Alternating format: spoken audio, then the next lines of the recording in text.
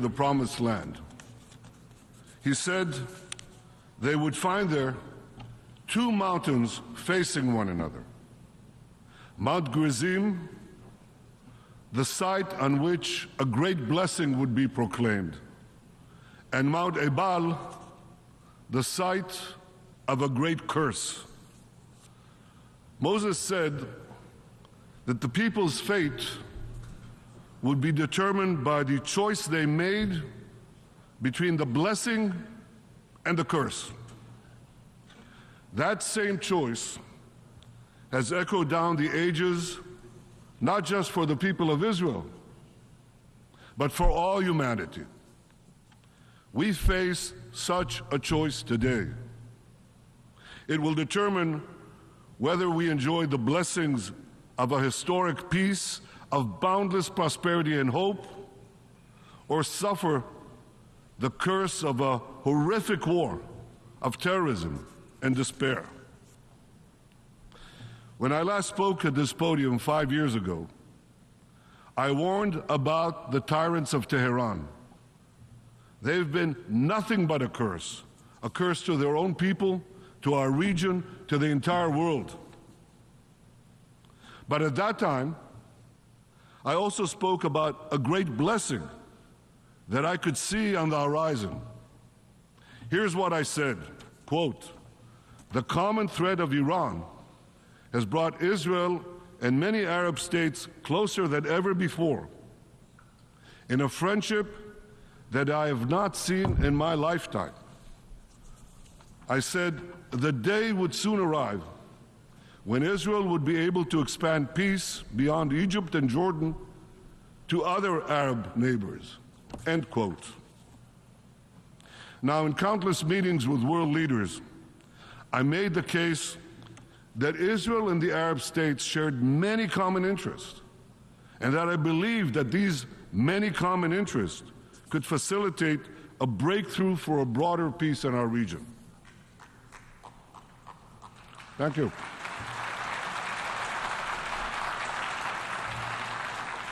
Well, you applaud now. But at the time, many dismissed my optimism as wishful thinking. Their pessimism was based on a quarter century of good intentions and failed peacemaking. And why was this? Why were these good intentions? Why did they always meet failure? Because they were based on one false idea, that unless we first concluded a peace agreement with the Palestinians, no other Arab state would normalize its relations with Israel. I've long sought to make peace with the Palestinians, but I also believed that we must not give the Palestinians a veto over new peace treaties with Arab states. The Palestinians could greatly benefit from a broader peace. They should be part of that process, but they should not have a veto over the process. And I also believe that making peace with more Arab states would actually increase the prospects of making peace between Israel and the Palestinians. See, the Palestinians are only 2% of the Arab world. As long as they believe that the other 90% will remain in a warlike state with Israel, that larger mass, that larger Arab world could eventually choke, dissolve, and destroy the Jewish state. So when the Palestinians see that most of the Arab world has reconciled itself to the Jewish state, they too will be more likely to abandon the fantasy of destroying Israel and finally embrace a path of genuine peace with it. Now, for years, my approach to peace was rejected by the so-called experts. Well, they were wrong. Under their approach, we didn't forge a single peace treaty for a quarter century. Yet in 2020, under the approach that I advocated, we tried something different. And in no time, we achieved an amazing breakthrough. We achieved 4 peace treaties working with the United States. Israel forged 4 peace treaties in 4 months with 4 Arab countries. the United Arab Emirates, Bahrain, Sudan, and Morocco. The Abraham Accords were a pivot of history, and today we all see the blessings of those accords. Trade and investment with our new peace partners are booming. Our nations cooperate in commerce, energy, water, agriculture, medicine, climate, and many, many other fields. Close to 1 million Israelis have visited the United Arab Emirates in the past 3 years. Every day, Israelis save time and money by doing something they couldn't do for 70 years. They fly over the Arabian Peninsula to destinations in the Gulf, India, the Far East, Australia. The Abraham Accords ushered in another dramatic change. It brought Arabs and Jews closer together. We see it in the frequent Jewish weddings in Dubai, in the dedication of a Torah school in a synagogue in Bahrain, in the visitors flocking to the Museum of Moroccan Judaism in Casablanca. We see it in lessons that are given to Arab students about the Holocaust in the UAE. There's no question. The Abraham Accords heralded the dawn of a new age of peace. But I believe that we are at the cusp of an even more dramatic breakthrough, an historic peace between Israel and Saudi Arabia. Such a peace will go a long way to ending the Arab-Israeli conflict. It will encourage other Arab states to normalize their relations with Israel. It will enhance the prospects of peace with the Palestinians. It will encourage a broader reconciliation between Judaism and Islam, between Jerusalem and Mecca, between the descendants of Isaac and the descendants of Ishmael. All these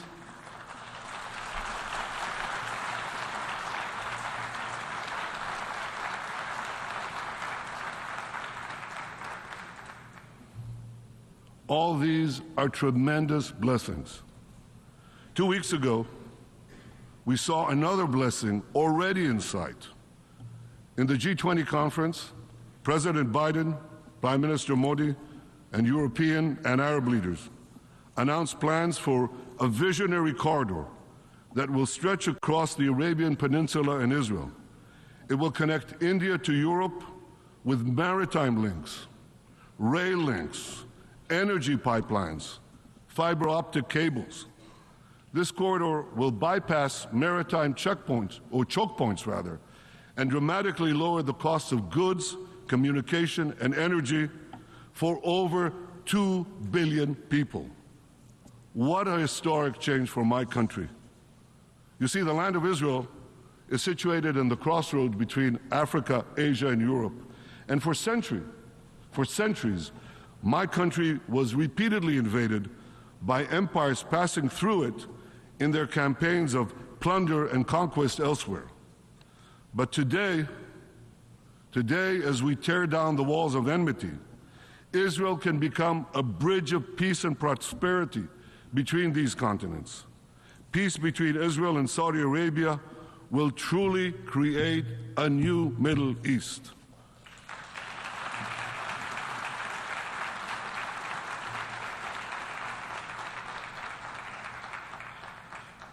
To understand the magnitude of the transformation that we seek to advance, let me show you a map of the Middle East in 1948, the year Israel was established. Here's Israel in 1948. It's a tiny country, isolated, surrounded by a hostile Arab world. In our first 70 years, we made peace with Egypt and Jordan, and then in 2020, we made the Abraham Accords, peace with another 4 Arab states. Now look at what happens when we make peace between Saudi Arabia and Israel. The whole Middle East changes.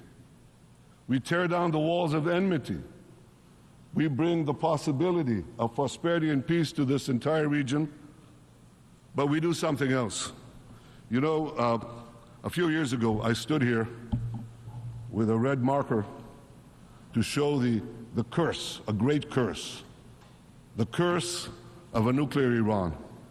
But today I bring this marker to show a great blessing, the blessing of a new Middle East between Israel, Saudi Arabia, and our other neighbors. We will not only bring down barriers between Israel and our neighbors, we'll build a new corridor of peace and prosperity that connects Asia through the UAE, Saudi Arabia, Jordan, Israel, to Europe. This is an extraordinary change, a monumental change, another pivot of history.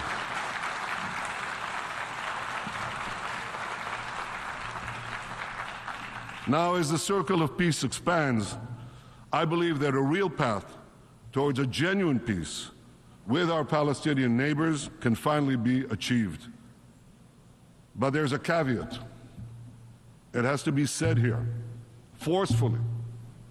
Peace can only be achieved if it is based on truth. It cannot be based on lies. It cannot be based on endless vilification of the Jewish people. Palestinian leader Mahmoud Abbas must stop spreading the horrible anti-Semitic conspiracies against the Jewish people and the Jewish state. I mean, he recently said that Hitler wasn't an anti-Semite. You can't make this up. But he did. He said that. And the Palestinian Authority must stop glorifying terrorists. They must stop its ghoulish pay-to-slay policy of giving money to Palestinian terrorists for the murder of Jews. This is all outrageous. It must stop for peace to prevail.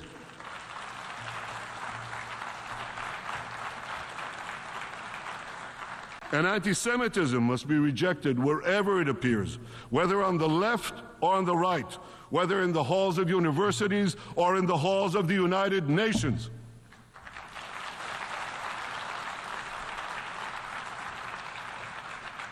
For peace to prevail, the Palestinians must stop spewing Jew hatred, finally reconcile themselves to the Jewish state. By that I mean not only to the existence of the Jewish state, but to the right of the Jewish people to have a state of their own in their historic homeland, the land of Israel.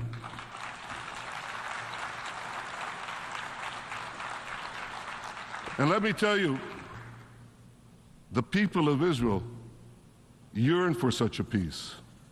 I yearn for such a peace. As a young soldier over half a century ago, my comrades and I in Israel's Special Forces faced mortal dangers on many fronts, on many battlefields, from the warm waters of the Suez Canal to the frozen slopes of Mount Hermon, from the banks of the Jordan River to the tarmac of Beirut Airport. These experiences and other experiences taught me the cost of war. A fellow soldier was killed next to me. Another died in my arms. I buried my older brother. Those who have personally suffered the curse of war can best appreciate the blessings of peace. Now, there are many hurdles on the path to peace. There are many hurdles on the extraordinary path to peace that I've just described. But I'm committed to doing everything I can to overcome these hurdles, to forge a better future for Israel and all of our peoples, all the peoples in our region. 2 days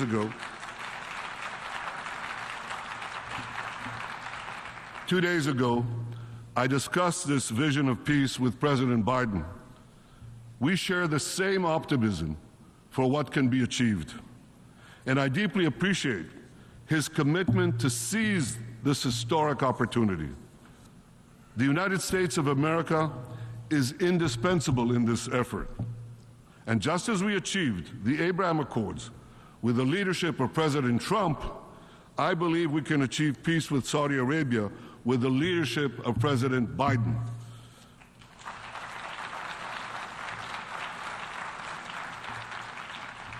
Working together with the leadership of Crown Prince Mohammed bin Salman, we can shape a future of great blessings for all our peoples.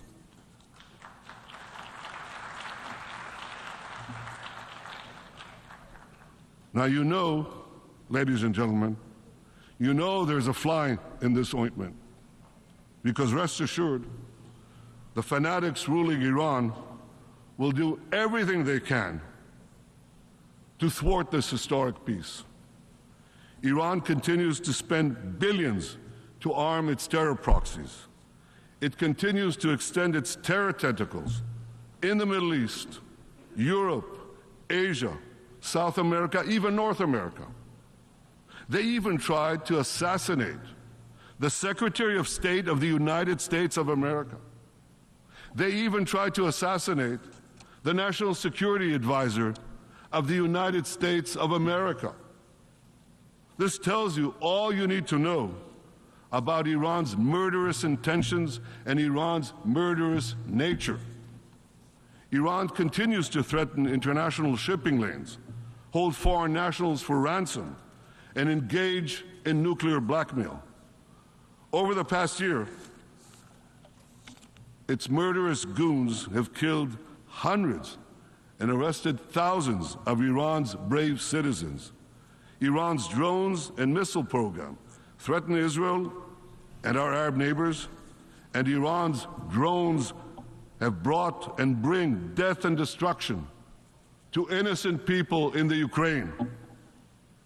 Yet the regime's aggression is largely met by indifference in the international community.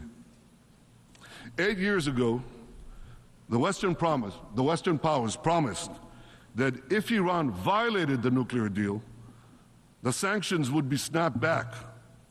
Well, Iran is violating the deal, but the sanctions have not been snapped back. To stop Iran's nuclear ambitions, this policy must change. Sanctions must be snapped back. And above all, Iran must face a credible nuclear threat. As long as I'm Prime Minister of Israel, I will do everything in my power to prevent Iran from getting nuclear weapons.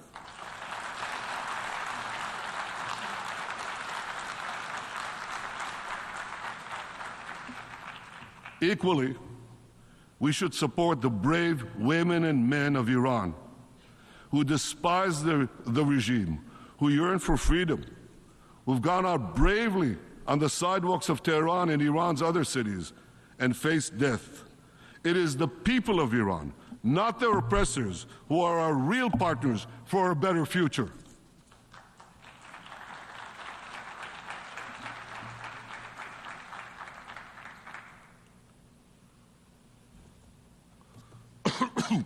Ladies and gentlemen, whether our future will prove to be a blessing or a curse will also depend on how we address perhaps the most consequential development of our time, the rise of artificial intelligence. The AI revolution is progressing at lightning speed. It took centuries for humanity to adapt to the agricultural revolution. It took decades to adapt to the industrial revolution. We may have but a few years to adapt to the AI revolution. The perils are great, and they are before us.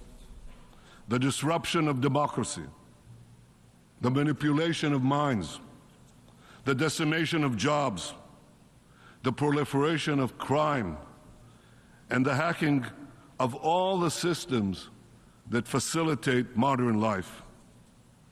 Yet even more disturbing is the potential eruption of AI-driven wars that could achieve an unimaginable scale.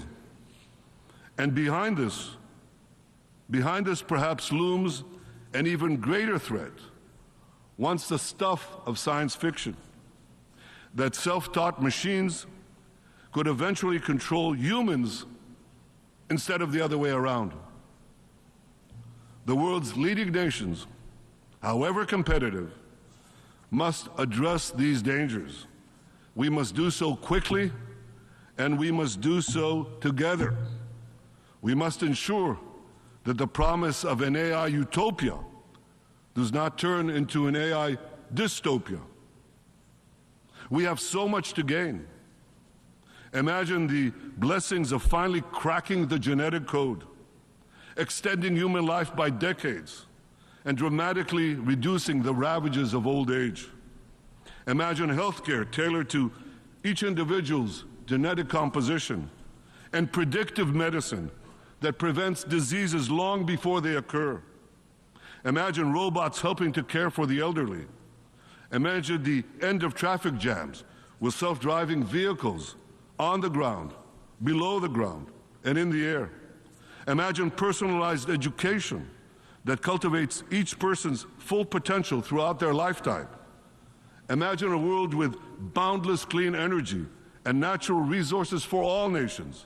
Imagine precision agriculture and automated factories that yield food and goods in an abundance that ends hunger and want.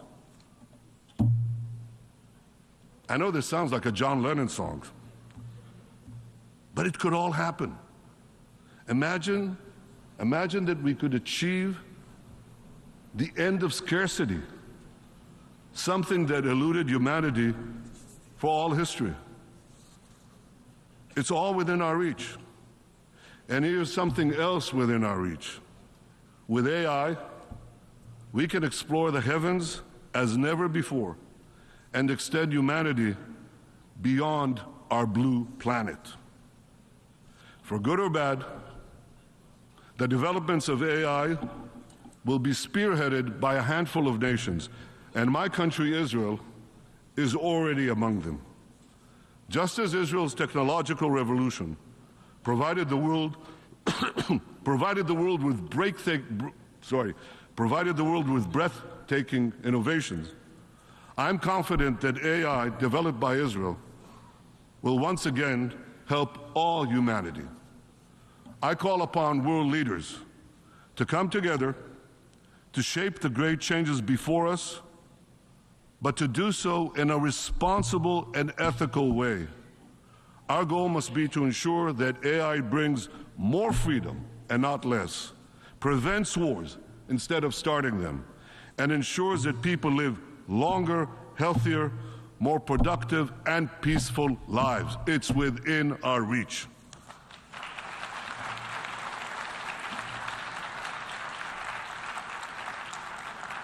And as we harness the powers of AI, let us always remember the irreplaceable value of human intuition and wisdom.